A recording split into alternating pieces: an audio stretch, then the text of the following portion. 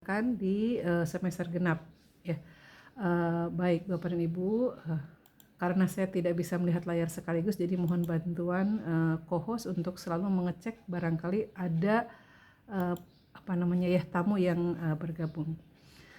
Untuk keberkahan dan kelancaran acara ini, Bapak dan Ibu, mari kita buka dengan sama-sama membaca basmalah. Bismillahirrahmanirrahim.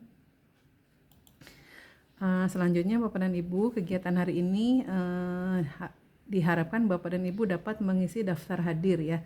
Daftar hadir saya kirimkan di WA seperti itu ya. Dan untuk materi nanti akan saya kirimkan juga di grup WA.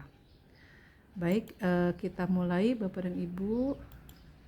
Pemaparan hari ini pendampingannya terkait dengan beberapa hal yang memang perlu diketahui dan beberapa yang perlu dilaksanakan oleh Bapak dan Ibu.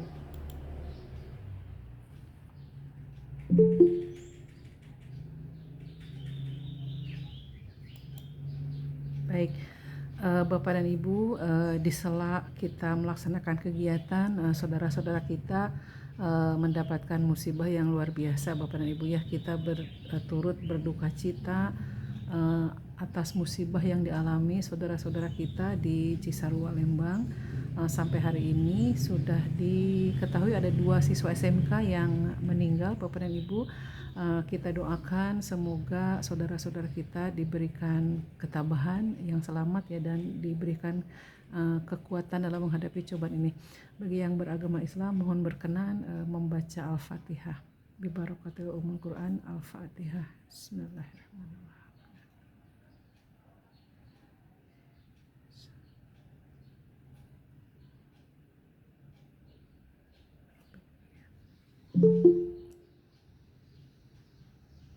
Amin.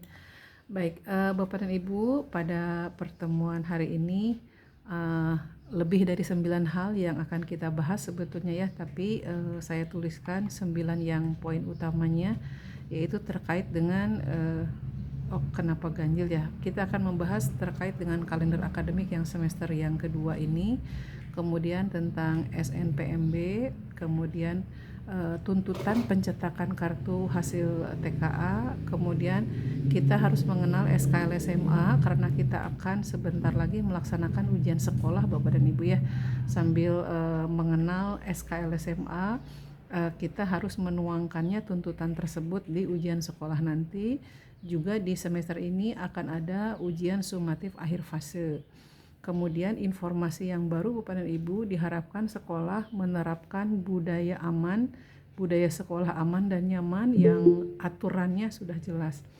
Kemudian Bapak Ibu telah terbit Permendikdasmen nomor 1 terkait dengan bagaimana kita merencanakan, melaksanakan dan menilai pembelajaran. Kemudian seiring dengan telah diterimanya papan interaktif digital oleh sekolah-sekolah, terdapat 54 link Bapak Ibu yang dapat Bapak Ibu gunakan untuk pembelajaran interaktif dan dapat dicoba sebagai alternatif supaya pembelajaran lebih menyenangkan. Kemudian nanti apa yang harus dilakukan bagi sekolah yang sudah melaksanakan PKKS dan apa tindak lanjutnya bagi guru juga bagi sekolah. Kemudian nanti ada informasi-informasi lain Bapak dan Ibu di luar yang 9 ini. Baik, kita mulai untuk yang pertama terlebih dahulu. Mari kita lihat kalender pendidikan yang semester kedua ya Bapak dan Ibu.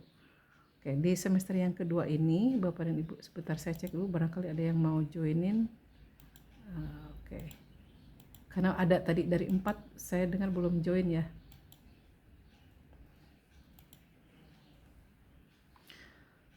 Oke.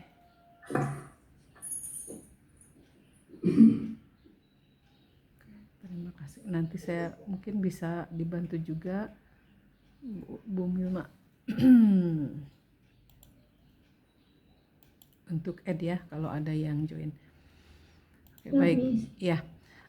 Kita perhatikan Bapak dan Ibu, kita baru masuk ya sekarang dalam 2 minggu. Kemudian kita di Januari ini tidak ada libur khusus selain dari libur nasional, yaitu Isra Mi'raj, dan itu sudah terlewat. Nah, nanti di Februari Bapak dan Ibu kita akan punya libur tahun baru Imlek. Kemudian di Februari ini bagi sekolah yang beragama Islam akan ada kegiatan awal Ramadan, yaitu tanggal 20 sampai dengan 23 Februari.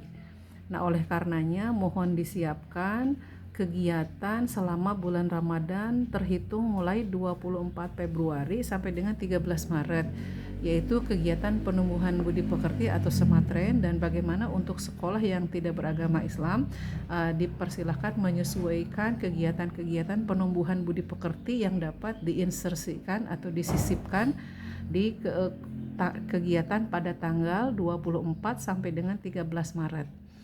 Kemudian tanggal 9 Maret ada libur Hari Raya Nyepi. Kemudian Maret ini Bapak dan Ibu, walaupun kondisinya masih bulan puasa bagi yang beragama Islam, tanggal 2 sampai dengan 13 Maret itu perakiraan ujian Satuan Pendidikan PSAJ. Nah, ini harus ditindaklanjuti. Kemudian Idul Fitri tanggal 21, libur Idul Fitri itu 14 Maret sampai dengan 28 Maret, jadi 2 minggu ya. Jadi di Maret ini yang perlu digarisbawahi itu adalah untuk ujian satuan pendidikan, itu yang perlu diperhatikan. Nanti di April Bapak dan Ibu itu kegiatan kembali seperti biasa, tapi di Mei itu tanggal 4 penetapan kelulusan. Tanggal 4 ya, 4 Mei.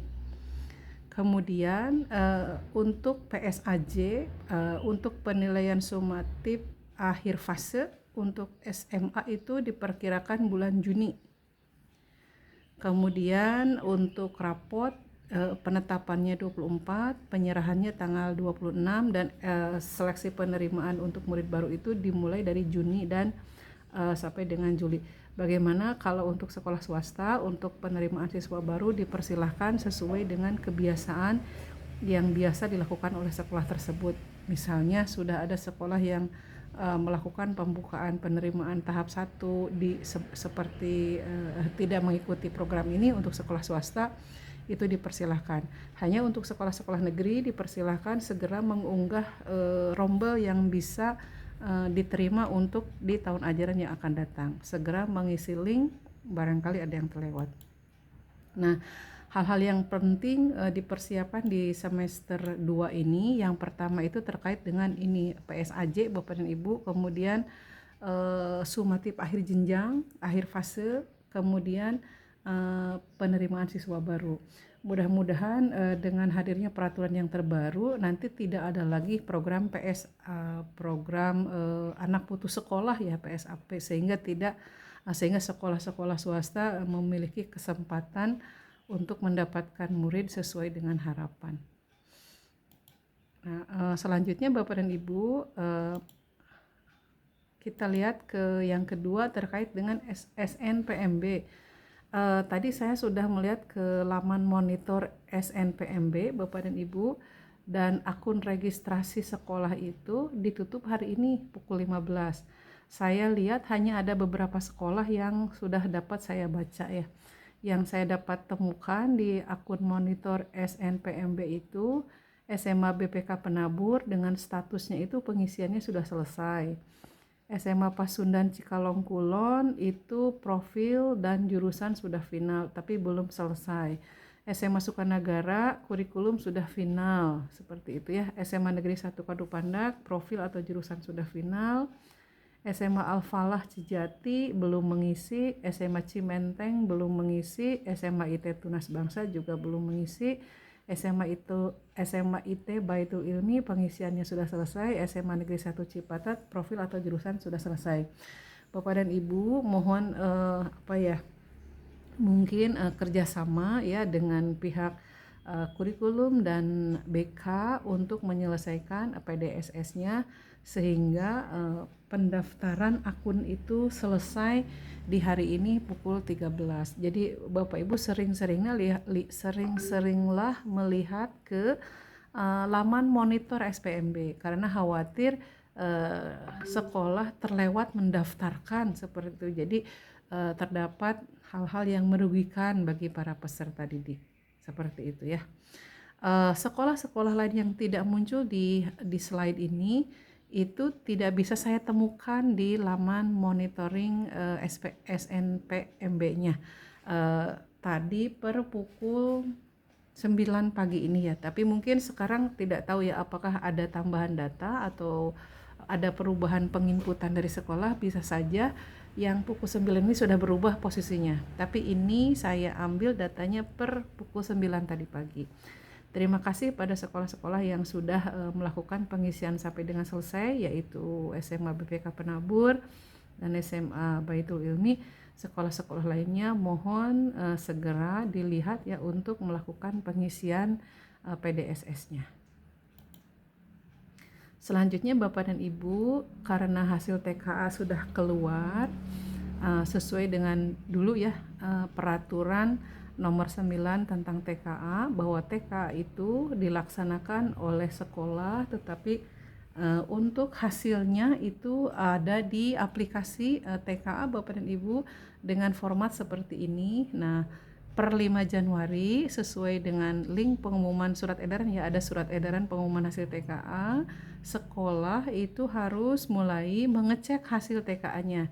Yang pertama, kita melihat apakah dinas sudah melakukan verifikasi data hasil kolektif TKA, kemudian sekolah harus melihat datanya sudah sampai mana, kemudian sekolah lakukan verifikasi, kemudian silahkan dicetak surat hasil TKA-nya. Nanti pengumumannya Bapak dan Ibu bisa dilihat ya seperti ini. Apakah layarnya berpindah? Oke, nah ini di sini ada petunjuk Bapak dan Ibu terkait dengan alur-alur untuk melaksanakan pencetakan TKA ya. Jadi alurnya sekolah itu kalau sudah dinas sudah memverifikasi, berarti di ini ya, kalau di sekolah berarti harus melakukan print out itu melalui akses dulu ya, akses ke TKA, kemudian pilih menunya yang ini, menu hasil TKA, yang ini menu hasil TKA yang nomor 1A Bapak Ibu ya, nomor 1A menu hasil TKA, kemudian pilih submenu cetak SHTKA. Nah, untuk mencetaknya itu Bapak dan Ibu cari kertas yang awet, yang kuat, bisa bertahan dalam waktu yang lama, karena SHTK ini nanti bisa saja dibutuhkan oleh murid yang dalam bentuk print outnya, walaupun sebetulnya SHTK itu secara digital ada di aplikasi ya, dan bisa diakses dengan menggunakan QR code. Nah, informasi ini Bapak dan Ibu terbit 23 Desember. Jika ada perubahan-perubahan, misalnya siapa yang bisa mengakses dan hal-hal lainnya, Bapak dan Ibu cek ke sini ya, ke SHTKA, ke link SHTKA kemendikdasmen.go.id.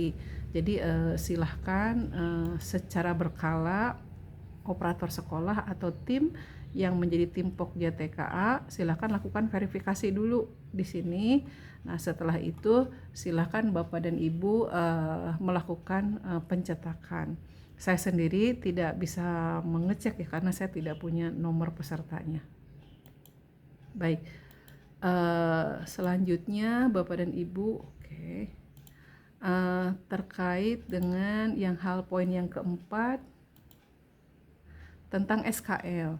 Bapak dan Ibu, selama ini saya ya, mudah-mudahan Bapak Ibu juga mungkin berpikiran tidak jauh beda dengan saya, bahwa SKL itu saya membayangkannya itu langsung terkait dengan 8 dimensi profil lulusan. Nah, untuk keterkaitannya, apa yang saya pikirkan itu benar Bapak dan Ibu, bahwa ada 8 dimensi profil lulusan yang nanti langsung terkait sebagai gambaran kompetensi lulusan.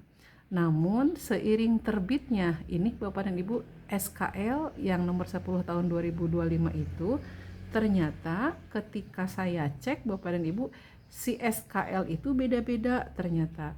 Untuk SKL SMA itu ada tersendiri. Jadi dari 8 dimensi profil lulusannya itu ada rincian-rinciannya yang memang sesuai dengan gambaran seperti apa lulusan SMA itu yang diharapkan oleh pemerintah supaya dapat berguna bagi dirinya, kemudian lingkungannya, masyarakat, kalau bisa sampai ke dunia global. Nah, induknya betul 8 dimensi profil lulusan, tetapi si lulusannya itu sendiri munculnya menjadi begini Bapak dan Ibu ya. Yang pertama itu ada SKL SMA yang pertama itu adalah akhlak dewasa. Ini turunan atau ringkasan dari beriman bertakwa Bapak dan Ibu. Kemudian kebinekaan global, kritis berbasis data, produktivitas dan inovasi, kemudian kolaborasi strategis, adaptasi dan refleksi, kesehatan dan lingkungan, komunikasi ilmiah. Nah, dengan akan adanya ujian sekolah, Bapak dan Ibu diharapkan bagi para guru yang akan melakukan pengujian sekolah, baik secara tulis ataupun praktek, mohon Bapak dan Ibu memikirkan dan menghubungkan kegiatan ujian sekolah itu dengan SKL-nya. Gitu. Jangan sampai pas pengujian itu tidak ada korelasi sama sekali antara ujian sekolah dengan kompetensi lulusannya. Bapak Ibu izin dulu sebentar, saya mau mengecas laptopnya dan casannya agak jauh sebentar, saya ambil dulu.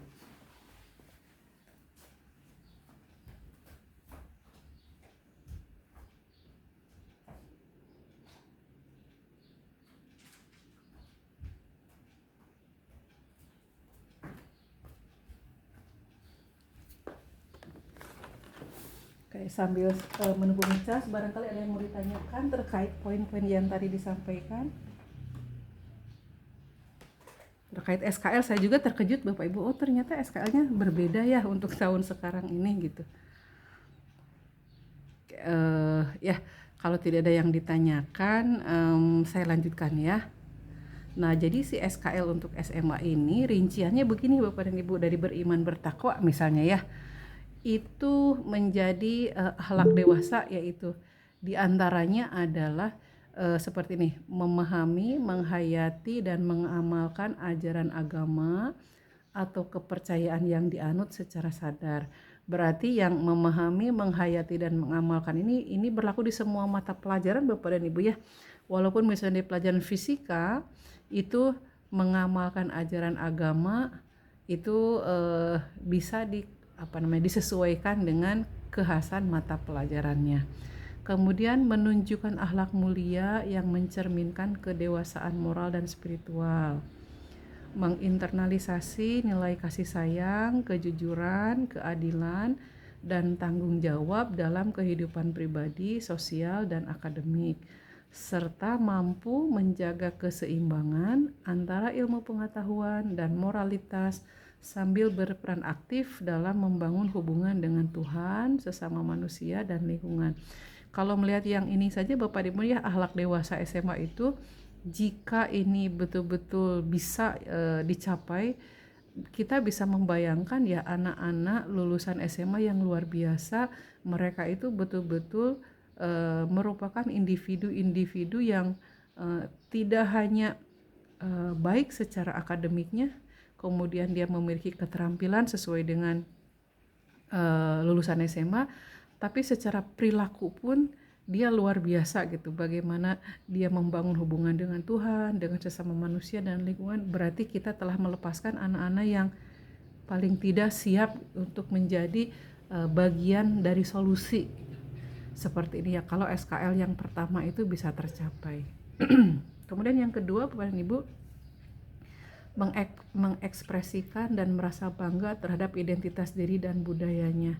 Berarti ini sangat bagus sekali Bapak dan Ibu ya, menghargai dan memperlakukan keberagaman budaya nasional dan global secara adil dan setara, aktif dalam interaksi antara budaya, maaf, menolak segala bentuk stereotip dan diskriminasi, menaati aturan, serta menunjukkan inisiatif untuk menjaga keutuhan negara Kesatuan Republik Indonesia. Jadi di sini tuh di SKL itu kalau kita ingin melihat ya seperti apa manusia Indonesia seutuhnya yang levelnya lulus SMA, inilah gambarannya, sangat baik sekali gitu kalau melihat ke poin-poin di sini ya. Kemudian perilaku-perilakunya juga ini bisa dilihat di sini Bapak Ibu, misalnya terkait dengan kemampuan berpikir kritis ya.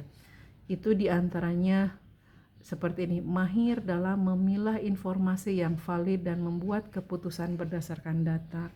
Jadi sepertinya kalau melihat ke sini tugas guru itu tantangannya lebih tinggi ya. Bagaimana mengajarkan murid mampu memilah informasi, kemudian bisa menciptakan solusi yang inovatif yang terjadi di lingkungan sekitar, bisa bekerja sama dan seterusnya ya. Kemudian yang 3 terakhir, misalnya di kemampuan komunikasi Bapak dan Ibu ya, ini yang terakhir ya. Di kemampuan komunikasi itu ternyata lebih dari sekedar bisa mendengar, bisa berbicara, bisa membaca dan menulis gitu.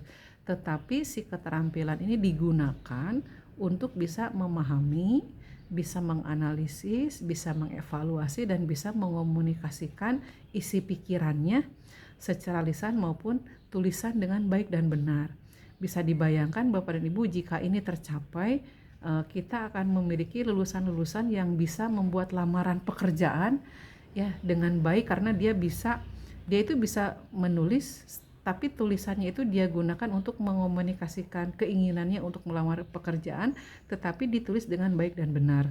Berarti kita menemukan orang-orang yang siap bekerja kalau dia mau melamar, atau kalau dia mau membuat lamaran untuk ke universitas juga sama. Itu sudah terlihat dari sini. Jadi kemampuan komunikasi itu tidak melulu sekadar mampu mendengar, berbicara, membaca dan menulis, tetapi lebih dari itu ya, bisa menganalisis dan seterusnya. Tetapi dengan catatan, contohnya itu semuanya itu dilakukan sesuai dengan etika dan konteks keilmuan dengan memanfaatkan berbagai moda komunikasi verbal dan non-verbal secara reflektif dan efektif.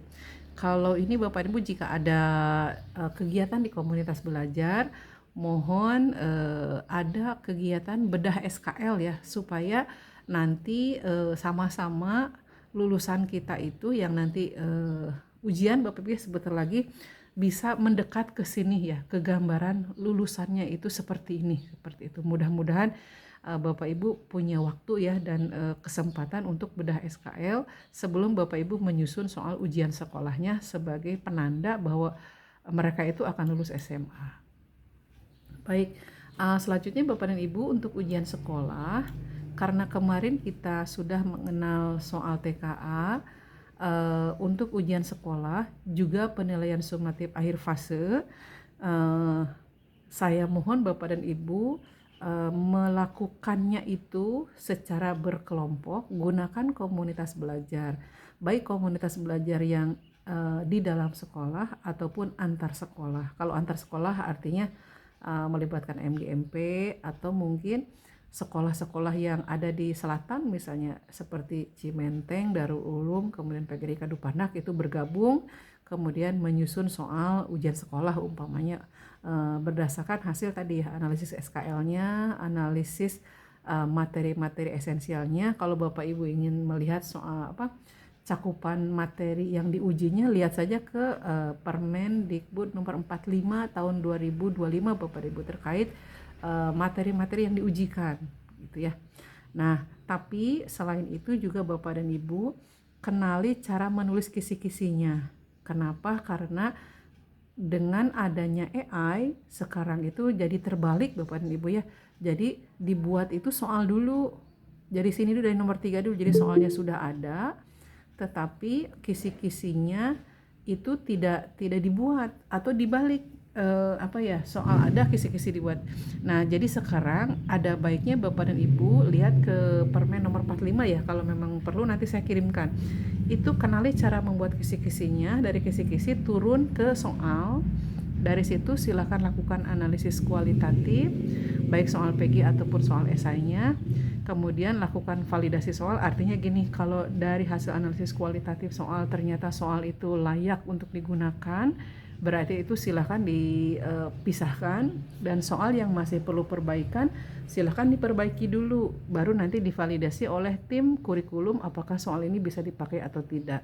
Setelah itu baru soal-soal tersebut dicetak kalau memang mau menggunakan paper base atau berbasis kertas, dan soal tersebut silakan diunggah ke aplikasi kalau tidak berbasis kertas. Nah, ini saya ambil dari contoh Bapak Ibu ya. Nah, kisi-kisi itu sekarang ada tiga macam ragamnya ya. Ada yang seperti ini, tapi saya contohkan satu aja dulu. Ini diambil dari Permen nomor 45 itu Bapak dan Ibu ya. Nah, nanti ketika soal itu diberikan, saya mohon ada 3 jenis soal PG. Yang pertama itu PG yang biasa, yaitu yang jawaban benarnya 1. Yang kedua adalah soal PG yang multiple choice, multiple answer. Artinya kemungkinan jawabannya lebih dari 1, baik di ujian sekolah ataupun di ujian akhir fase. Kalau di ujian sekolah anak-anak mungkin tidak kaget ya, karena sudah pernah melaksanakan TKA. Tapi bagi anak-anak yang kelas 10 dan kelas 11, ada baiknya mereka itu sudah mulai dikenalkan dengan soal-soal jenis pilihan ganda multiple choice multiple answer, supaya mereka ketika mengikuti TKA mereka sudah tidak kaget lagi. Nah, ini contoh kisi-kisi Bapak Ibu ya. Kisi-kisi itu terdiri dari 5 bagian utama, yaitu materinya apa, kemudian submaterinya apa gitu. Materi itu diambil dari TP Bapak Ibu ya. Materi itu diambil TP, misalnya di TP itu induknya itu materinya fluida. Nanti ada submaterinya, ada fluida statis, ada fluida yang dinamis. Nah, nanti kompetensinya itu diambil dari kompetensi yang sudah Bapak Ibu rancang sesuai dengan ATP, tetapi ATP-nya itu kalau memungkinkan Bapak Ibu ambil dari panduan ATP, dari buku panduan ATP, karena di situ sudah ada materi-materi esensial ya yang harus diujikan seperti itu. Nanti ada level kognitifnya, kemudian nanti bentuk soalnya. Nah, ini contoh bentuk soal untuk fisika Bapak Ibu ya. Soalnya seperti ini. Yang Bapak Ibu lihat ininya adalah pilihan ganda multiple choice multiple answers-nya seperti itu. Jadi ada satu soal yang jawabannya lebih dari 1. Yang kedua, mohon disisipkan juga pada soal ujian sekolah itu dan juga soal penilaian sumatif akhir fase itu adalah soal yang pilihan ganda kompleks kategori, yaitu jawabannya itu lebih dari 1, dan itu biasanya seperti menjodohkan seperti benar salah, sesuai tidak sesuai, tersedia atau tidak tersedia, yang menunjukkan adanya hubungan ya seperti itu. Nah, kita lihat seperti soal ini Bapak dan Ibu, soalnya trapesium seperti ini. Nah, ini kalau tentukan benar salah, dan ingat kalau untuk SMA kalau membuat soal kompleks kategori itu pilihannya itu pernyataannya itu tidak boleh lebih dari 3. Jadi kalau misalnya Bapak Ibu mau membuat soal sebanyak 30, berarti nanti ini misalnya kalau ini mau disimpan di nomor akhir, berarti ini nomornya nomor 28, 29, 30. Jadi satu nomor ini dipandang 3 soal.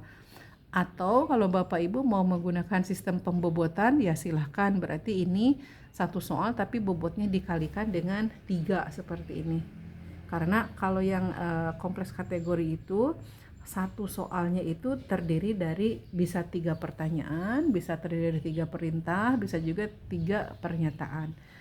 Nanti diingat-ingat lagi Bapak dan Ibu ya, sistem penyusunan soal atau pembobotan soal yang baik yang MCMA ataupun yang kategori yang kompleks ini agak beda pembobotan soalnya karena jawabannya itu lebih dari satu, seperti itu ya.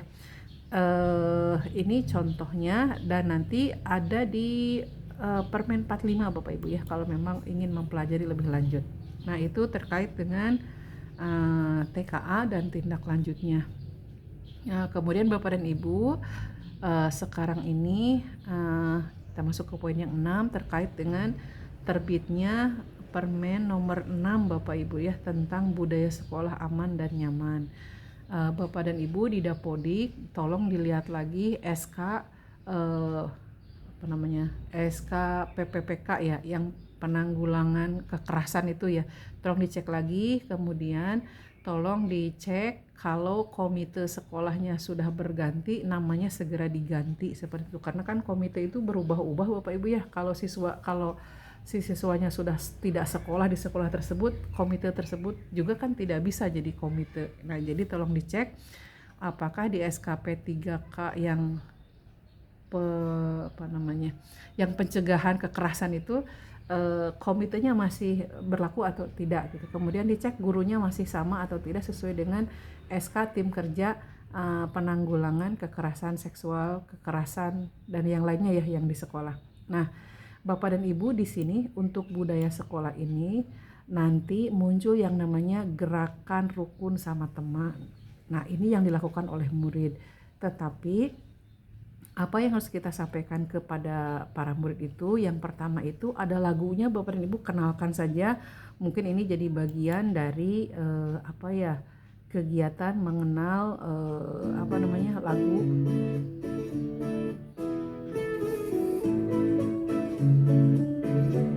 Apakah suaranya masuk Bapak Ibu? Semua insan ciptaan Tuhan berbeda rupa dan kemampuan, mari saling menghormati, jangan saling menyakiti. Nah itu Bapak dan Ibu ya terkait dengan lagunya. Kemudian yang penting nanti di komunitas belajar mohon agar membuka ini Bapak dan Ibu ya, membuka peraturan tentang sekolah aman nyaman, karena ada tugas khusus untuk untuk guru wali di sini ya terkait dengan mencatat perkembangan perkembangan perilaku peserta didik.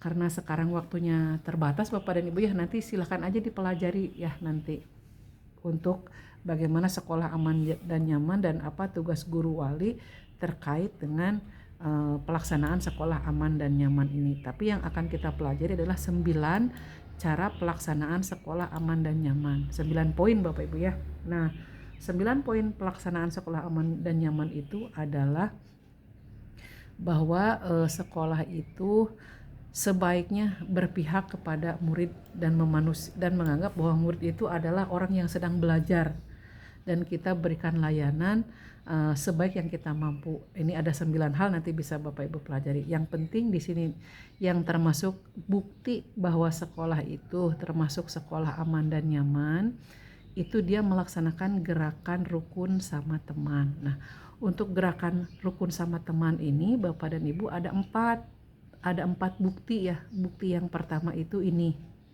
Bukti yang pertama adalah bahwa berpartisipasi dalam penyusunan kesepakatan kelas, tata tertib dan kode etik. Jadi nanti Bapak dan Ibu yang sekolahnya sudah memiliki tata tertib sekolah dan kode etik sekolahnya yang selama ini mungkin disusun tidak melibatkan peserta didik, sekarang ada baiknya Bapak dan Ibu melakukan peninjauan ulang untuk penyusunan untuk penyusunan tata tertib sekolah gitu. Nanti untuk sekolah-sekolah yang sudah ikut ke IHT Pancawaluya itu memang disarankan untuk melakukan peninjauan ulang terhadap tata tertib ini ya, dan disusun dengan melibatkan murid supaya mereka tahu dan turut memiliki bahwa ini tata tertib yang memang kami sepakati seperti itu.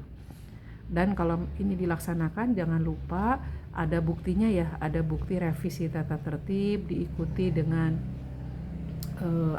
notulen dan dokumen.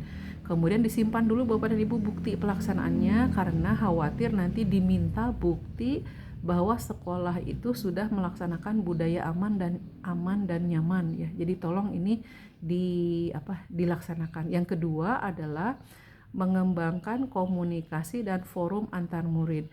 Maksudnya Bapak dan Ibu, di sekolah itu kan ada OSIS ya. Nah, jadi OSIS ini diharapkan menjadi mediator untuk kegiatan-kegiatan di sekolah. Misalnya jangan sampai terjadi gontok-gontokan antar eskul misalnya, karena merasa salah satu eskul lebih penting atau lebih bergengsi dari yang lainnya. Nah, mohon ini ada semacam diskusi lah dengan MPK, supaya si MPK ini mampu menjadi mediator dan penghubung antar murid yang efektif. Kemudian ada kegiatan yang mendidik para murid untuk bisa menjadi orang-orang yang penyelenggara sekolah aman dan nyaman. Dan kemudian kegiatannya itu nanti mereka harus saling seperti MLM ya, saling memberitahu misalnya di sekolah ini bahwa kita itu menerapkan kebiasaan sekolah aman itu ya, yaitu misalnya kalau masuk ke toilet kita itu memastikan bahwa kerannya itu tertutup dengan rapi, tidak netes airnya. Kemudian ada penyiraman minimum 3 kali misalnya. Dan ada pengecekan terhadap dinding toilet, apakah ada coretan atau yang lainnya. Nah, kebiasaan tersebut misalnya disepakati sebagai bagian dari tata tertib.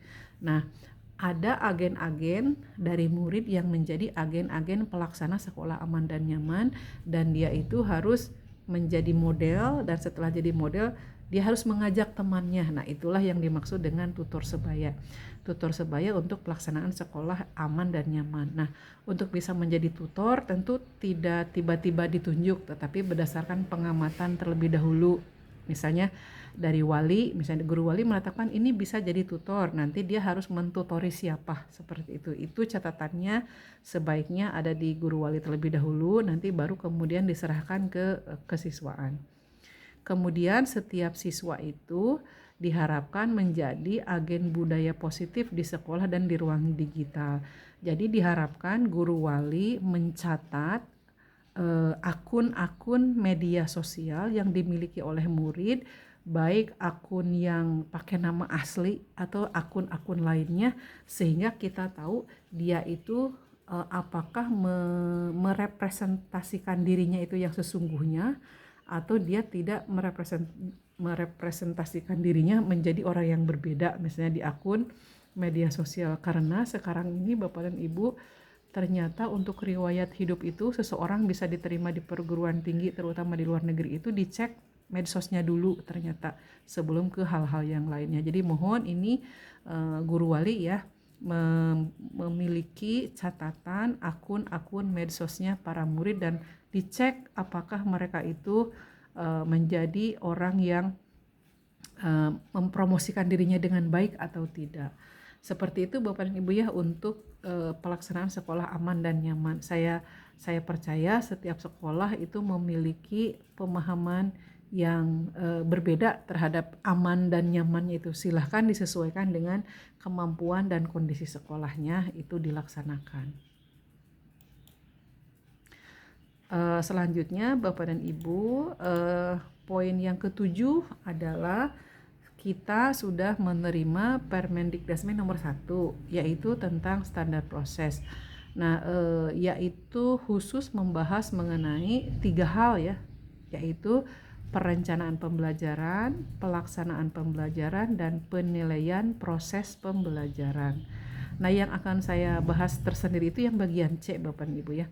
Untuk penilaian proses pembelajaran itu diharapkan ada buktinya Bapak Ibu ya, yaitu berupa refleksi di setiap kali Bapak dan Ibu selesai mengajar, yaitu refleksi proses ngajar. Misalnya pertanyaannya misalnya apa yang dapat kamu pahami dari pembelajaran hari ini, atau apa pendapatmu tentang metode pembelajaran hari ini, atau apa yang kamu rasakan setelah bapak atau ibu guru menggunakan media belajar ini. Nah, penilaian proses pembelajaran itu yang pertama-tama itu bedanya adalah dilakukan oleh para murid, dan para guru diharapkan memiliki hasil dari penilaian proses belajar ini, ya, melalui refleksi. Diantaranya ada refleksi kalau untuk ke proses pembelajarannya. Tapi kalau penilaian hasil belajar Bapak dan Ibu, ya, itu penilaiannya seperti biasa, ya, menggunakan pengujian terhadap TP. Dan kalau untuk penilaian hasil belajar itu diatur oleh standar penilaian Bapak dan Ibu, tidak di standar proses. Kalau standar proses itu dia menilai proses ngajarnya gitu, bukan ke hasil belajarnya. Baik. Nah, kalau untuk perencanaan Bapak dan Ibu, untuk perencanaan pembelajaran itu kalau sekarang itu tidak jauh beda dengan peraturan sebelumnya, ya Bapak dan Ibu. Cuma ada 3 poin penting, yaitu tujuan, langkah, dan penilaian. Nah, tetapi sekaitan dengan kita menerapkan deep learning, maka rencana yang tadi pada saat dilaksanakan ketika Bapak Ibu mengajar, mohon mengajarnya itu mengandung unsur berkesadaran, bermakna, dan menggembirakan. Kemudian pada saat pelaksanaan mengajar juga diharapkan muridnya itu memperoleh pengalaman belajar. Memperoleh pengalaman belajar itu diantaranya adalah dia bisa paham, bisa menerapkan, dan bisa meninjau apa yang sudah dia pelajari, atau bisa memahami, mengaplikasi, dan merefleksi. Kemudian juga tuntutan pada saat mengajar, Bapak dan Ibu menggunakan metode tertentu atau praktik pedagogis. Kedua, apakah perlu bermitra dengan pihak lain, itu yang kedua. Yang ketiga, jelas belajarnya itu yang utama itu ada di lingkungan kelas, tetapi jika diperlukan bisa di luar kelas atau di tempat lain sesuai dengan kebutuhan. Dan yang terakhir, apakah perlu adanya bantuan dari media digital kah, atau papan interaktif kah, seperti itu. Dan kalau dari segi penyusunan Bapak dan Ibu, ya, penyusunan rencana pembelajaran itu tidak berbeda jauh, yaitu tetap ada 3 poin penting, yaitu tujuan, langkah, dan penilaian atau asesmen pembelajaran. Nah, kalau untuk di perencanaan pembelajaran Bapak dan Ibu, untuk tujuan pembelajaran itu Bapak Ibu lihat ke TP-nya masing-masing. Untuk langkah-langkah pembelajaran Bapak dan Ibu lihat apakah pembelajarannya itu interaktif. Langkah pembelajaran intrakurikuler. Kalau intrakurikuler Bapak dan Ibu sudah sudah mengetahui yang dianjurkan itu adalah pembelajaran yang sifatnya inquiry, project based learning, problem based learning, seperti itu, ya. Kalau yang intrakurikuler, karena di SKL-nya juga tuntutannya sudah berbeda. Kemudian perhatikan juga langkah pembelajaran untuk co-kurikuler. Nanti untuk langkah pembelajaran co-kurikuler tentu berbeda sesuai dengan kekhasannya. Kalau co-kurikuler lintas disiplin ilmu itu biasanya menggunakan problem based learning atau project based learning atau bentuk lain yang sesuai. Kemudian kalau langkah pembelajaran yang co-kurikuler gerakan 7 kebiasaan anak Indonesia hebat, itu pembedanya adalah ada pengikatnya ke gerakan 7 kebiasaan anak Indonesia hebat, dan ada semacam kontrak pelaksanaan pembelajaran yang di luar kelas. Nah, dan yang ketiga, co-kurikuler lintas cara lainnya yaitu biasanya mengadopsi kegiatan-kegiatan yang biasa dilakukan di sekolah, seperti misalnya pemilihan ketua OSIS, seperti itu. Dan satu lagi Bapak dan Ibu yang selalu belum mendapat perhatian, yaitu langkah pembelajaran pada ekstrakurikuler. Jadi mohon para pembina meminta para pelatih, kalau kebetulan pembina dan pelatihnya orangnya sama, jangan lupa harus membuat tujuan ekstrakurikulernya apa, langkah-langkahnya seperti apa, dan penilaiannya seperti apa. Itu untuk memberikan jaminan kualitas hasil belajar di ekstrakurikuler, karena ekstrakurikuler itu juga sama ya, bagian dari pembelajaran, dan ketiga-tiganya pembelajaran intrakurikuler, kokurikuler, dan ekstrakurikuler itu tidak bisa dipisahkan. Jadi ketiga-tiganya sama, harus memiliki minimum tujuannya mau apa, langkahnya seperti apa, dan menilainya seperti apa. Nah, itu Bapak Ibu tindak lanjut dari hadirnya standar proses di sekolah ya. Selanjutnya Bapak dan Ibu yang ke-8 yaitu terkait dengan ada 54 link penggunaan papan interaktif digital yang ditawarkan oleh Kemdikbud ya. Ini beragam Bapak dan Ibu, silahkan, mungkin ada yang sudah dikenal seperti Kahoot, Padlet, Wordwall, GeoGebra itu sudah dikenal, tapi ada yang ini nomor-nomor depan itu adalah kegiatan-kegiatan yang penggunaannya papan interaktif, ada yang sifatnya itu kompetitif, mulai dari tahap yang paling rendah sampai dengan yang mahir. Saya ambil contoh misalnya yang ke-1 ya. Nah, di sini itu ada latihan matematika Bapak dan Ibu ya, seperti ini. Dual pipet matematika, ada main, papan perangkat, layar penuh. Kita klik main aja ya. Nah, ini Bapak Ibu gunakan gunakan interaktif flat panel itu ya, papan interaktif digital itu untuk menggunakan ini Bapak Ibu. Ya, ini yang dasar.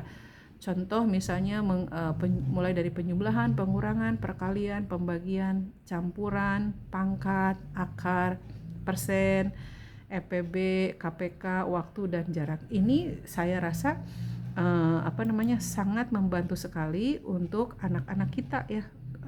Misalnya ada 2 siswa ya diminta ke depan untuk mengisi ini. Misalnya kita isi, saya perkecil dulu Bapak Ibu. Nah, tampilannya seperti ini ya. 8 tambah 3, 11, misalnya dia centang. Kemudian yang ini 6 tambah 2, 8, centang. Nanti ininya bergerak seperti itu ya. Nanti ini seperti ini Bapak dan Ibu diisi ya. Jadi nanti sifatnya 9 tambah 5. Bisa betul, bisa salah Bapak Ibu ya. Misalnya kemudian saya ngisi salah, misalnya centang seperti itu ya, 88 misalnya seperti itu ya. Kita lanjutkan. Nah, ini nanti bisa menjadi permainan yang sederhana Bapak dan Ibu ya, kalau ini milihnya yang ini. Tapi nanti pilih coba yang pangkat, kemudian yang akar, dan seterusnya.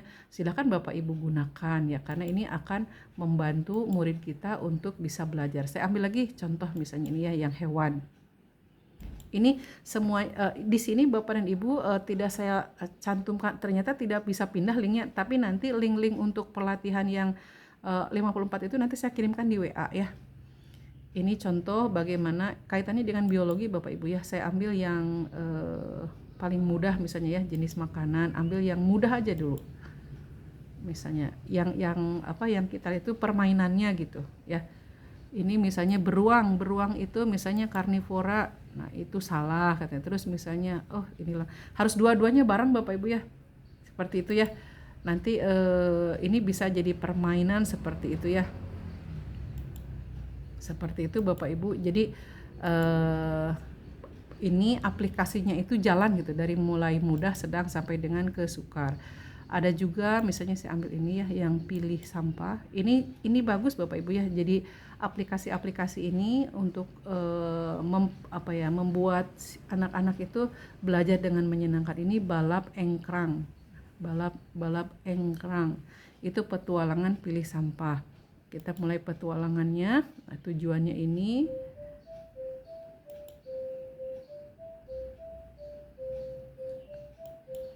Nah, ini misalnya ya, ini ada 2 tim. Kulit pisang itu organik apa anorganik misalnya ya. Seperti itu ya. Botok sisa apel itu misalnya salah, seperti itu ya. Kemudian kardus bekas. Nah, itu nanti ini bisa jadi perlombaan-perlombaan Bapak Ibu. Ini hanya untuk membantu supaya tidak bosan gitu anak-anak itu. Nah, nanti link ini supaya bisa Bapak Ibu klik, nanti akan saya kirimkan di WA, karena kalau di sini tidak pindah gitu antara nama, tapi kalau Bapak Ibu nulis ininya alamatnya mungkin bisa ya.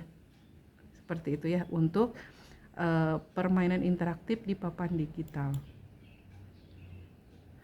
Ada juga yang sudah Bapak Ibu yang sudah tahap tinggi itu seperti di Educaplay itu ya. Di Educaplay itu juga banyak permainan-permainannya dan itu menyangkut semua mata pelajaran.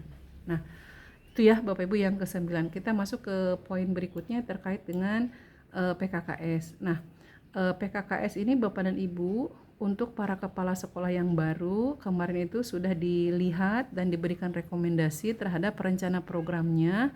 Nah, mohon untuk para kepala sekolah yang baru itu mengubah program yang kemarin itu menjadi program kepala sekolah ya, dengan menggunakan matrik yang sudah saya berikan ininya formatnya. Kalau format itu mau diubah dipersilahkan, disesuaikan dengan kebutuhan. Setelah matrik itu selesai Bapak dan Ibu mohon dikirimkan kepada saya paling lambat tanggal 31 Januari. Nah, setelah itu silakan Bapak Ibu susun programnya sesuai dengan rencana program tadi dan kaitkan dengan RKT dan RK sekolahnya. Kalau sudah laksanakan programnya, kemudian jangan lupa di monitoring dan dievaluasi secara berkala, dan jangan lupa Bapak dan Ibu setiap kegiatan tersebut apapun itu bukti-buktinya mohon disimpan karena nanti akan digunakan untuk PKKS di bulan Desember ya. Jadi bulan Januari itu merancang programnya, bulan Desember itu mengecek sejauh mana program itu terlaksana. Kemudian bagi kepala sekolah yang lama, kebetulan kepala sekolah yang lama itu rata-rata ada di swasta ya, kecuali SMA Nurul Jannah itu kepala sekolahnya itu lama juga ya Pak Dadang, itu bukan kepala sekolah baru. Nah, untuk kepala sekolah yang lama mohon Bapak dan Ibu melakukan analisis rapor pendidikan dan hasil TKA-nya itu tolong disandingkan, perlu di bagian mana yang perlu dibenahi. Nah, setelah itu susun rencana benahinya itu mau seperti apa di tahun anggaran 2026. Setelah Bapak Ibu punya program benahinya, jangan lupa Bapak dan Ibu masukkan ke RKT-nya sesuai dengan matrik yang sudah dicontohkan pada program benahi di rapor pendidikan. Kalau tidak salah itu ada di sheet 4 kalau tidak salah ya. Setelah itu susun programnya, setelah disusun dilaksanakan monitoring dan evaluasi sama ya, jangan lupa Bapak Ibu buktikan setiap kegiatan itu dokumennya apa, mulai dari seperti kalau Bapak Ibu mengubah visi misi berarti harus ada rapat perubahan visi misinya, ada absennya, ada notulennya, dan ada fotonya seperti itu. Silahkan dicicil, dikumpulkan, dibuat folder sejak sekarang sesuai dengan program yang Bapak Ibu miliki. Nah, untuk para guru Bapak dan Ibu, jika sudah ada kontrak perubahan pembenahan dengan kepala sekolah baik negeri ataupun swasta, maka mohon para guru segera menyusun rencana hasil kerjanya ya. Untuk rencana hasil kerjanya Bapak dan Ibu sesuai dengan visi misi sekolah atau sesuai dengan programnya kepala sekolah. Silahkan dibuat kontraknya dengan kepala sekolah, lakukan perencanaan programnya mau seperti apa, silahkan dilaksanakan. Nanti akan ada supervisi dari kepala sekolah 2 kali minimum antara Maret, April, dan Oktober dan November. Khusus untuk yang Maret, April Bapak dan Ibu mungkin bisa digeser ke Februari ya, karena Maret, April atau ke April karena kondisinya sedang ujian. Nah, setelah itu ada tindak lanjutnya. Nah, untuk pengelolaan kinerja Bapak dan Ibu di sini ada PPT-nya. Kalau Bapak Ibu ingin mempelajari untuk bagaimana ASN yang mengajar di sekolah yang diselenggarakan oleh masyarakat atau swasta, ada petunjuknya di sini, di file ini. Silahkan dipelajari di komunitas belajar, bagaimana cara login dan yang lainnya, itu silahkan lakukan secara mandiri di komunitas belajar.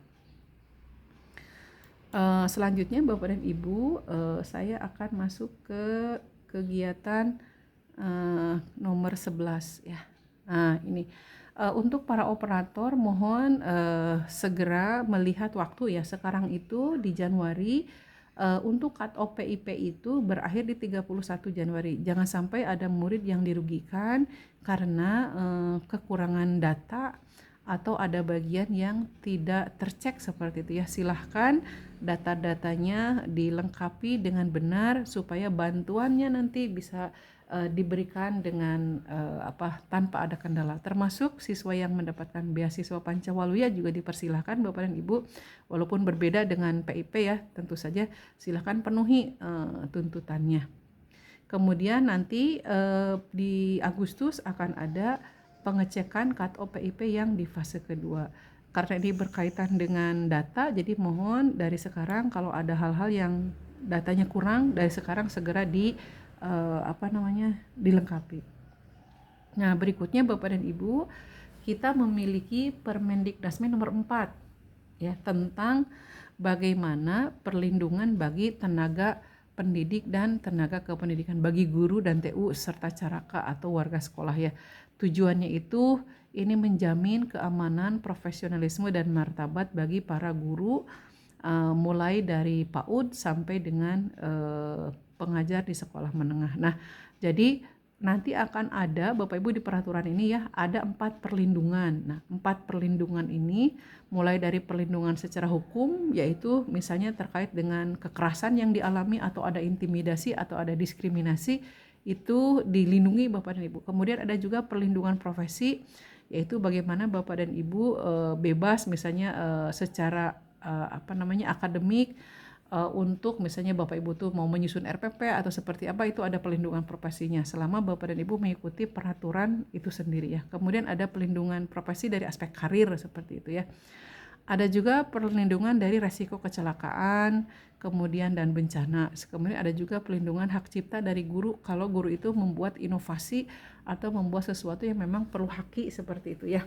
Nah, nanti mekanismenya itu adalah dengan cara Bapak dan Ibu melakukan konsultasi. Yang pertama itu dengan kepala sekolah, kemudian dengan pengawas sekolah, kalau perlu mungkin lebih naik lagi ke mediasi, paling akhir itu sampai ke perlunya bantuan hukum seperti itu. Nah, peraturannya itu di sini Bapak Ibu, tinggal diklik aja. Nanti oleh Bapak dan Ibu perhatikan apa saja perlindungan hukum yang dapat Bapak Ibu peroleh dalam 4 aspek tadi ya, yang sudah saya jelaskan seperti apa. Silahkan dipelajari Bapak dan Ibu ya, jangan sampai terjadi kekerasan yang Bapak Ibu tuh tidak tahu bahwa itu termasuk kekerasan misalnya. Silahkan dilihat di sini Bapak dan Ibu ya, terkait dengan perlindungan hukum. Selanjutnya Bapak dan Ibu terkait dengan IHT Pancawaluya. Nah, untuk IHT Pancawaluya ini Bapak dan Ibu kemarin terbit surat edaran dari Gubernur Jawa Barat terkait dengan IHT untuk pendidikan karakter Pancawaluya. Nah, IHT ini Bapak dan Ibu di sini ya dilaksanakan oleh seluruh satuan pendidikan jenjang menengah, baik negeri maupun swasta ini ya bunyinya. Berarti Bapak Ibu harus mendaftar ya, karena baik negeri maupun swasta. Kemudian untuk satuan pendidikan jenjang pendidikan dasar itu nanti pendaftarannya di bawah kewenangan Dikmen dan Kemenag. Pembiayaannya itu dapat bersumber dari dana bantuan operasional dan dilaksanakan sesuai dengan ketentuan perundangan yang berlaku. IHT-nya itu nanti dilaksanakan mulai 1 Februari 2026. Nah, Bapak dan Ibu, karena ini sudah diwajibkan bagi negeri ataupun swasta, Bapak Ibu perhatikan dulu ke sini. Jadi jangan asal mendaftar Bapak Ibu ya, perhatikan karena ada dampak penggunaan dana ya. Nah, jadi gini, bagi sekolah yang akan melakukan IHT baik negeri ataupun swasta, nanti akan ada 2 kelompok. Sekolah yang pernah melakukan IHT di bulan November dan Desember, maka dia akan masuk ke IHT level 2 namanya ya. Tapi bagi sekolah yang belum pernah melakukan IHT, maka dia akan masuk ke IHT Pancawaluya level 1 namanya ya. Nah, jadi untuk pelaksanaan IHT ini Bapak dan Ibu, perhatikan ketika mendaftar itu yang pertama, upayakan pendaftarannya itu memperhatikan waktu ya. Kalau misalnya kegiatannya di bulan suci Ramadan, kira-kira tidak mampu ya, jangan di saat Ramadan. Kemudian perhitungkan juga kegiatan kalender akademik. Ketika ujian sekolah ya janganlah ada kegiatan IHT Pancawaluya. Kemudian nanti jadwal pelaksanaannya itu akan dilaksanakan sesuai dengan pengajuan dari sekolah dengan narasumbernya itu 2 orang, bisa sebanyak 1 atau 2 orang lebih. Jadi biasanya 2 orang dan pelaksanaannya itu 2 hari Bapak dan Ibu. Nah, sebelum Bapak Ibu mendaftar, ini kan pendaftaran nih, kesini ya, daftar itu emailnya, nama pengusul dan seterusnya seperti ini ya, nama sekolah, kabupaten, level 1 atau level 2, rencana IHT-nya mau kalau 1 kali berarti Bapak Ibu hanya level 1 aja bagi yang belum pernah. Misalnya nih, saya sudah IHT Pancawaluya tapi di kita itu baru satu semua ya kalau untuk yang negeri. Yang negeri juga belum semua ya, hanya SMA 1 Cipatat rasanya sudah ya. Kalau misalnya kalau mau melaksanakan lagi SMA Cipatat, kalau dia mengklik 1 kali itu artinya akan diberikan IHT level 2.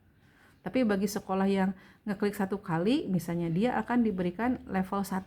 Tapi kalau dia melaksanakan IHT-nya itu kliknya 2 kali, berarti dia akan mendapatkan IHT level 1 dan level 2 dalam 1 tahun. Dan waktunya itu silahkan disesuaikan dengan tahun anggaran Bapak Ibu ya, dari hitungannya dari Februari sampai dengan November seperti itu ya. Nah, ke sini Bapak Ibu, perhatikan dulu ke sini dulu. Ini. Nah, IHT Pancawaluya itu ada panduan untuk sekolah. Nah, panduannya itu bahwa nanti harus ada SK Panitia Pelaksana IHT, ada narasumber yang undangan ke narasumbernya, ada proposalnya. Nah, ini terkait dengan anggaran dulu Bapak Ibu. Terkait dengan anggaran, nanti kegiatan 2 hari itu, kegiatan 2 hari ini ya. Nah, ini hari pertama itu terkait dengan konsepnya, konsep Pancawaluyanya, sambil menganalisis kondisi sekolah. Dan hari keduanya itu adalah penyusunan atau praktek bagaimana pelaksanaan Pancawaluya di sekolahnya. Makanya 2 hari, dan ini tidak bisa dipadatkan, harus 2 hari seperti itu. Nah, di 2 hari itu Bapak dan Ibu nanti kegiatannya itu dimulai dengan pembukaan, ada pretestnya, nanti di hari kedua ada post-test ya, dan ada workshopnya. Nah, ini yang harus menjadi bahan pertimbangan Bapak dan Ibu itu adalah yang pertama, ini apa ya di sini? Ini nih, konsumsi. Pada saat kegiatan IHT Pancawaluya, Bapak dan Ibu, konsumsi itu tidak boleh menyebabkan adanya sampah, termasuk banner. Tidak boleh membuat banner karena dari banner itu nanti jadi sampah. Jadi cukup dengan pembuatan banner yang ditayangkan saja di layar gitu. Tidak boleh ada banner yang di print seperti itu. Termasuk makanan juga itu tidak boleh misalnya di plastik atau di bagaimana, itu tidak boleh ya. Jadi buatlah makanan-makanan yang misalnya di piring seperti itu ya. Jadi tidak menambah sampah. Nah, kemudian untuk tadi ya, untuk ada banner dan lain-lain itu cukup di backdrop aja. Nah, terkait dengan dana Bapak Ibu ya, gini, kegiatan 2 hari itu ada honor pemateri. Nah, honor pemateri 2 hari itu jumlahnya 3.200.000 kalau nggak salah. Nah, untuk sekolah-sekolah swasta yang kecil, misalnya murid nage ada berapa gitu, jangankan untuk mengeluarkan uang 3 juta Bapak Ibu ya, mengeluarkan uang sekian aja susah gitu. Jadi nanti Bapak dan Ibu, kalau untuk swasta jangan 1 sekolah daftarnya. Misalnya kan biaya itu 3.200.000 misalnya, ditanggung oleh 3 sekolah. Jadi per sekolah itu kebagian 1.100.000-an lah seperti itu. Jadi jangan, kalau untuk sekolah swasta yang kecil ya, tapi kalau swastanya mampu mengeluarkan 3.200.000 untuk membayar honor pemateri silahkan. Tapi kalau tidak mampu, saya sarankan bergabung. Misalnya Cimenteng dengan Darul Ulum dan PGRI itu gabung aja bertiga. Jadi itu bisa bisa lebih ringan ke biayanya. Kemudian misalnya yang itu bergabung misalnya PGRI Cipendei, Anaja dengan Al Muqtariyah, itu 3 bergabung. Jadi dananya lebih terasa ringan tapi hasilnya akan sama saja gitu ya. Silakan untuk yang Pancawaluya ini ditindaklanjuti karena sudah ada penetapan itu swasta juga harus ikut seperti itu ya. Oke, baik. Selanjutnya Bapak dan Ibu, itu mungkin yang dapat saya sampaikan. Mohon maaf lebih dari waktu yang direncanakan karena kegiatannya juga bergeser sebetulnya pas 1 jam. Jika ada yang ingin ditanyakan dipersilahkan.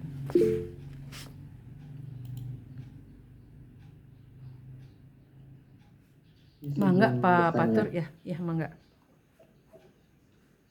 Kan tadi pas Miss melihatkan yang monitoring PDSS. Nah, SMA Al-Muqtaria itu udah finalisasi profil dan jurusan. Tinggal memasukkan siswa yang eligible-nya. Oh, Nah, alhamdulillah. kalau misalkan tidak ada di monitoring itu apakah aman, Miss? Oke, saya tidak bisa menjawab, nanti saya tanyakan dulu ya kalau untuk yang ini karena saya tidak tahu kalau itu.